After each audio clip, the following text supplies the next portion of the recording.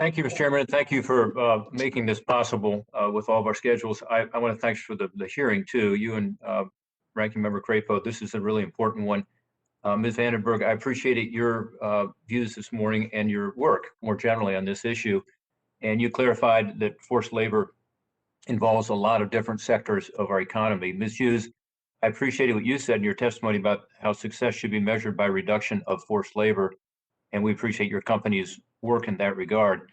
I got to tell you, I was surprised last year when I saw this investigation by the New York Times on what's happening during the pandemic in Xinjiang region of China. This, of course, is where the Uyghurs are experiencing so many human rights abuses. And one is, of course, forced labor. I learned that with regard to protective equipment, PPE, there were only 4 companies prior to the pandemic that were producing PPE. Yet by June, that number had increased to 51 companies. 17 of those companies were known to utilize Uyghur forced labor.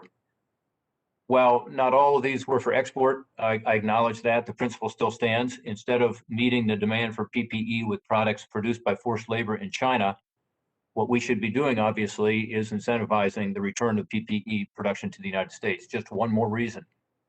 And one way we can do that is by issuing these long-term contracts. What we have found is that companies in the United States, and I spoke to some as recently as yesterday, they do want to produce more product here, textiles in general, but specifically PPE, but they need to know there's going to be a market for it. And specifically, it frustrates me that our federal government will not give them long-term contracts and some predictability and some certainty. And it seems to make sense, frankly, for the U.S. government as well. Otherwise, the reshoring is not going to occur. So in our proposal called the Make PPE in America Act, we simply add a Berry Amendment requirement to strengthen these supply chains. Mr. Rona, I'm going to turn to you because I haven't had you seen you answer a question recently. I'm sure you were busy earlier, but can you explain how doing this, diversifying supply chains and reshoring manufacturing can help reduce reliance on forced labor?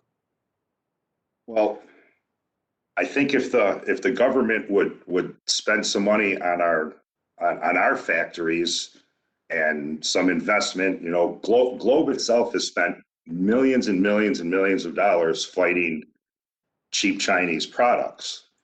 If they were to spend that money on our factories, they would run more efficiently and maybe we would still be open.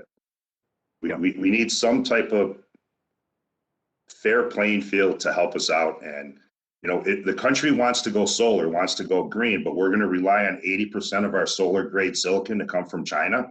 So then we rely on China to go green. That doesn't make sense to me.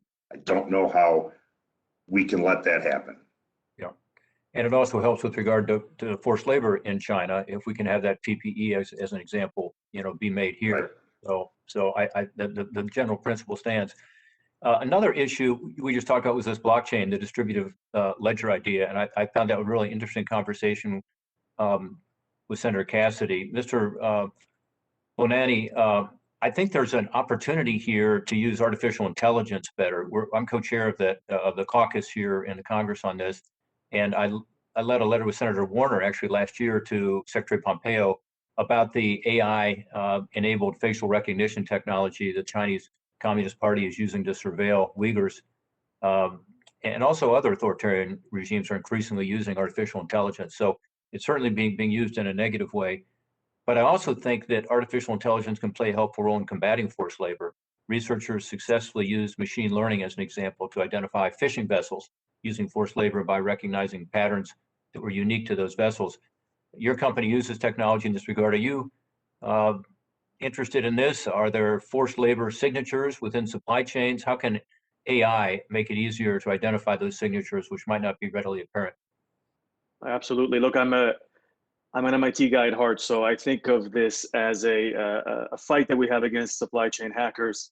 Right? They're using modern technology to misrepresent the origins of goods to get them into the US, and we're still in many cases using last century's technology to monitor supply chains, and we need to bring that level of technology that we use in enforcement much higher than the hackers.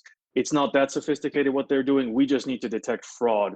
And what we do, it ranges from very simple things like making sure a farm produced the right amount to be expected for the area, to making sure that the audits are conducted blindly and with lots of supporting documentation. And all of that, you can think of it like a credit card company scanning your transactions to look for anomalies, to put up red flags early, to help companies immediately detect a problem in their supply chain months before they even receive the goods.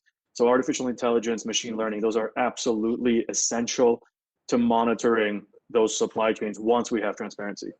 Yeah, Alex, that's gonna have to Thank you, Mr. Chairman. move on. Senator Cardin.